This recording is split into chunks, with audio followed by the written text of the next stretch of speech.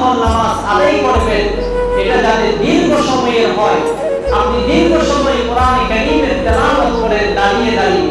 আপনার যদি বিভিন্ন সূরা মুখস্থ না থাকে, তাহলে অন্তত যে সূরাগুলি আপনার মুখস্থ আছে সেগুলোকে বারবার তেলাওয়াত করেন, বারবার তেলাওয়াত করেন, বারবার তেলাওয়াত করেন।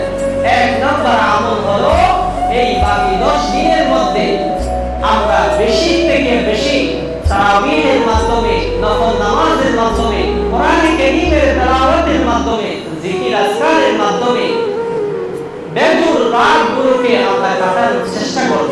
কেননা ইলতামিসুহা, তোমরা লাইলাতুল কদরকে তালাশ করো মিনাল আশরিল আওয়াখির মিন রমাদান, রমাদান মাসের বেজুর রাতগুলোকে তোমরা, এই বেজুর রাতগুলোতে তোমরা লাইলাতুল কদরকে তালাশ করতে থাকো।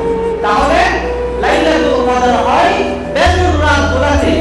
আমরা ইতিকাফে যদি আসতেও না পারি, অন্তত বাড়ির মধ্যে যে বেজুর রাতগুলো আছে, 21শে রোজার রাত, 23শে রোজার রাত, 25শে রোজার রাত, 27তম রোজার রাত, এই বেজুর রাতগুলোকে আমরা এইভাবে কাটানোর চেষ্টা করি। দীর্ঘ সময় নফল নামাজের মাধ্যমে, দীর্ঘ সময় কোরআনে কারীমের তেলাওয়াতের মাধ্যমে কাটানোর চেষ্টা করি। 2 নাম্বার আমল হলো আম্মা জান আয়েশা রাদিয়াল্লাহু তাআলা আল্লাহ রাসূল সাল্লাল্লাহু আলাইহি ওয়াসাল্লামকে জিজ্ঞাসা করেন, ইয়া রাসূলুল্লাহ আরাআইতা